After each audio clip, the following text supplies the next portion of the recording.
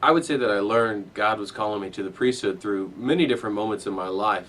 From the beginning, I was blessed with the gift of having an uncle and a great uncle who were both priests of this diocese, as well as many different cousins. My uncle, Father Dan Spexarth, is also my godfather. And so growing up, I learned a lot from him, just seeing how real a priest was. I learned what it was like to be with the priest, both when he says Mass and the other sacraments, as well as just hanging out with the family. He was a very real person. Of course, that also became more difficult in my life because as time went on, people would joke that I should be the next priest, seeing as he's my godfather, and I didn't really want to be it at that point. When I got into high school, I really just struggled with the idea of, could God be calling me to the priesthood? Of course, this was also countered with, am I called to be a dad? Am I called to be a husband? Because that is really what I wanted as well. I wanted a wife. I wanted children. I saw great examples in my parents.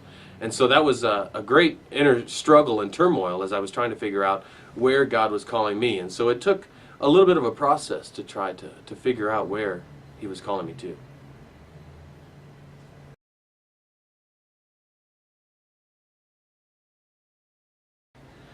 I'd say there were definite signs that God was calling me to something in life when I was younger.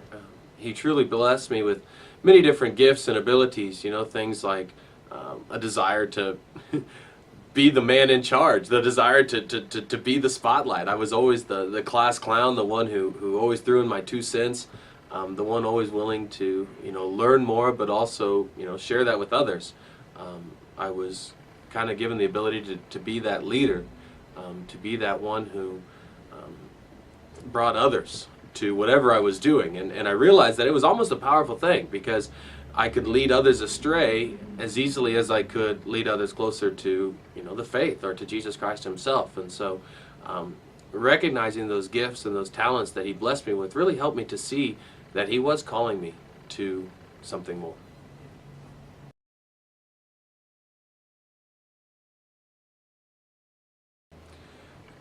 To deny God's call was probably the easiest aspect of my vocation story. Denying God's call was easy to run away from Him. When I was in high school, I actually got to a point where I struggled so much that I didn't even want to go to Mass. I didn't make any time for prayer. It was just the idea that God was up on His big puffy white cloud throne, and I was down here on earth kind of busting my tail every day.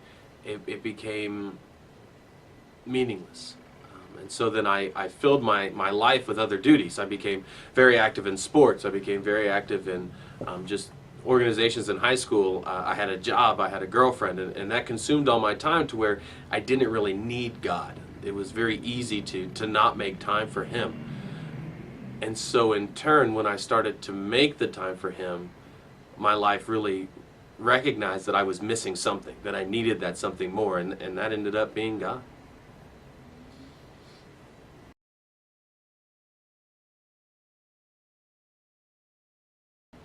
I say the moment that led me to begin to trust God was my older sister talked me into going on a Teens Encounter Christ retreat. Now at the time I wasn't even going to Mass, and so I had no desire to go on this retreat. But she told me that, she had already signed me up and that I was going, and I said, well, I still don't really want to go. And she goes, well, you get out of school on Monday. And I said, oh, let's go. What's this retreat called? So I went on this Teens Encounter Christ retreat, and I'll never forget that for the first moment in my life, to my recollection, I was put in Eucharistic adoration. And I found myself kneeling there wondering, well, why am I here? And as I looked around me at all my peers who were praying and even crying and trying to get closer to God, I found myself going, are you guys okay? Is everything going to be all right? And then for the first moment in my life, I asked myself, well, what do I believe? Do I believe that simply to be bread and a pretty gold thing? Or do I believe that to be more? Do I believe that to be Jesus Christ? And at that moment, for the first time in my life, I claimed my faith.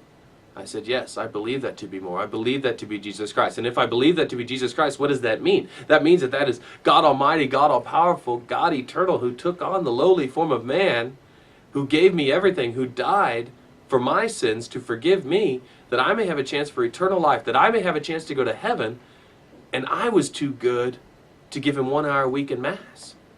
And so I decided I need to start there. I need to reprioritize my life. I need to put God first. And so that's what I did. I put God first, and my life changed. I found myself wanting to become more and more active in my youth group, or becoming more and more active in just simply my prayer life. Making that time to wake up every morning and say, you know what, God? I'm nothing without you. You have blessed me with these gifts and with these abilities. You know, I'm not smart on my own. I'm smart because you blessed me with the ability to learn, the ability to be active in sports. You gave me everything. And for the first time in my life, that desire was, well, can I give my life back to you? Am I willing, or am I man enough to say yes to wherever you're leading me, and to trust that you are with me, particularly in the Eucharist? To know that I had the opportunity to, whenever I want, go to an adoration chapel and look at God face to face. That was more than anything else I needed in this world.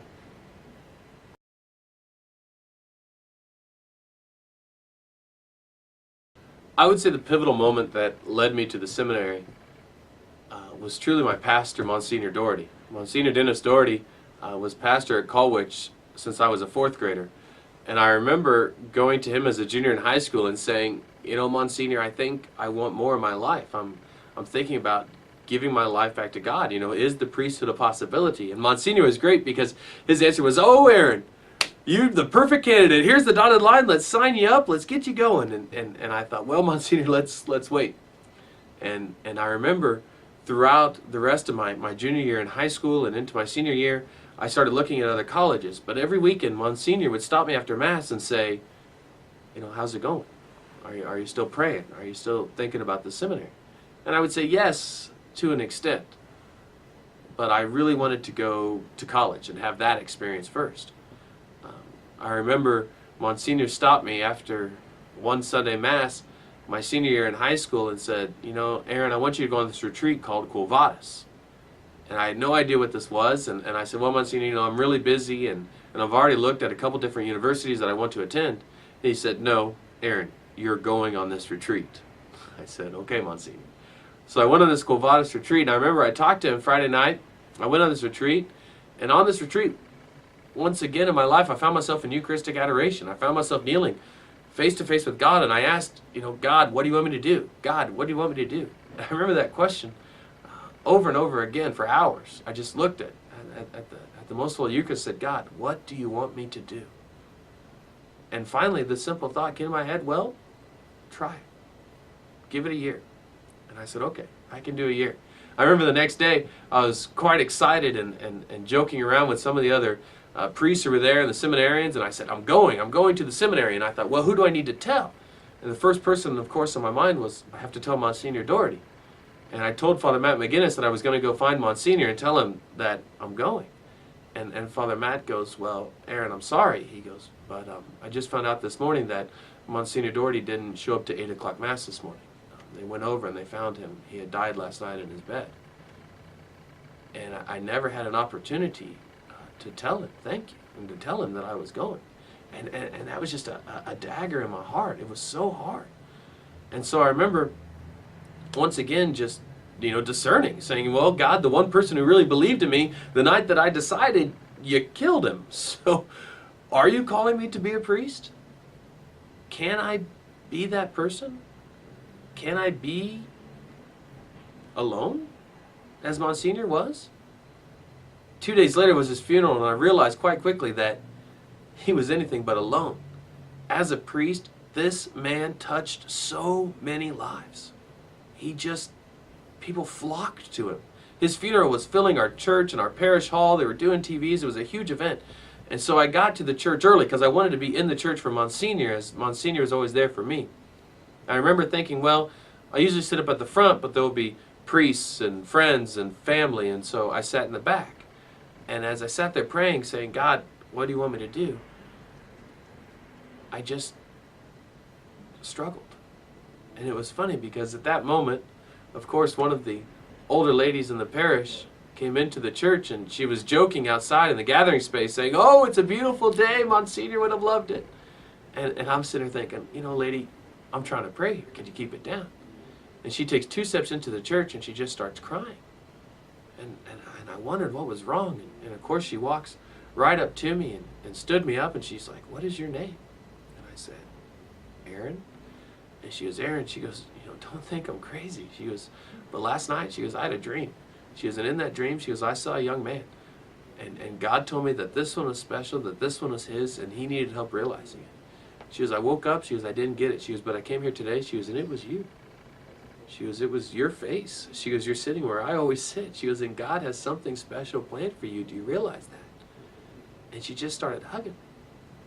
And I remember thinking, really, for the first time in my life, I finally took God off of his big, puffy, white cloud throne and recognized that he was right here by my side. That he was slapping me in the face and saying, "Listen to me. I am with you. You know, answer me." And whether or not, you know, that moment is true, it doesn't matter. What I know is that as a stubborn senior in high school, I needed that person in my life to knock me off my feet and to trust God. That was the most pivotal moment, something that I will never forget, and I thank God for every day.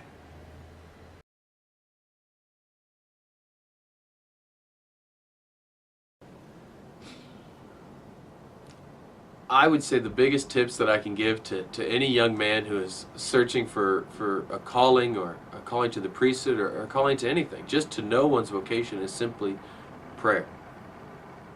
We have to be in communication with God daily, not when it's convenient. We have to be in communication with God through everything that we do.